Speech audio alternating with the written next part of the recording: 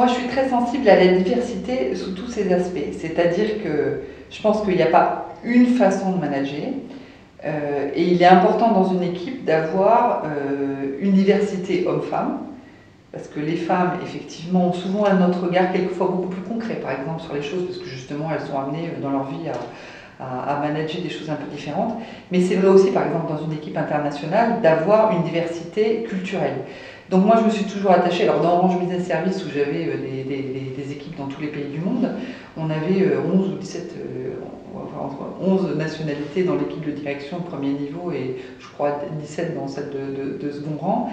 C'est très important d'avoir cette diversité de pensée et de voir un problème par plusieurs angles. Et les femmes apportent ça.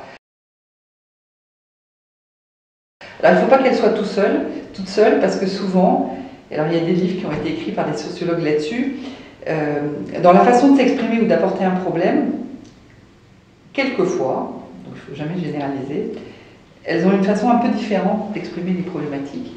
Et quand elles sont toutes seules, il n'y a pas de rebond. Or, le rebond est important dans une discussion d'équipe.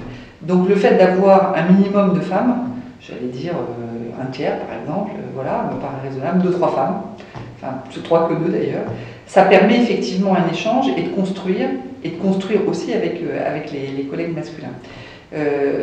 Quand on est toute seule, souvent on n'est pas entendu, c'est quelque chose que les sociologues repèrent beaucoup. Souvent, dans une réunion, il y a eu des tests qui montrent l'attribution des idées en fonction de l'émetteur.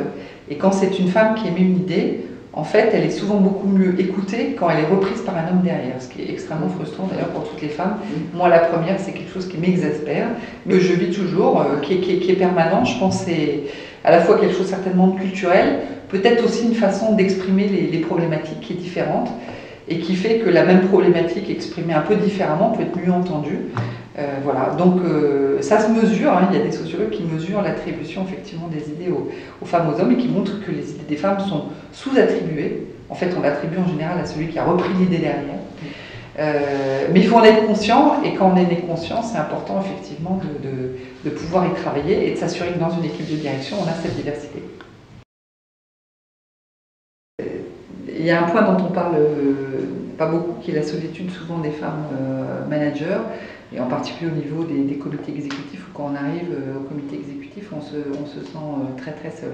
Et il y a quelque chose qui se fait dans certaines entreprises que je trouve amusant, qui est des managers qui font des réunions où il n'y a que des femmes, et ils invitent des membres du comité exécutif masculin à faire des présentations. Et c'est souvent un choc pour eux. C'est-à-dire qu'effectivement, quelque chose que nous, les femmes, on a souvent intériorisé. Enfin, moi, je vois depuis 17 ans, je suis dans un milieu complètement masculin. Donc en maths sup, on était 4 filles sur une classe de 50, etc. Donc on s'habitue. Mais effectivement, quand on met les hommes dans la situation inverse, c'est-à-dire tout d'un coup, ils se retrouvent 2 ou 3 dans une salle où il n'y a que des femmes, c'est une vraie agression, quelque part. Et donc, de pouvoir montrer ce que ressent l'autre au travers de ce type d'outils, c'est à mon avis quelque chose qui fait progresser l'entreprise.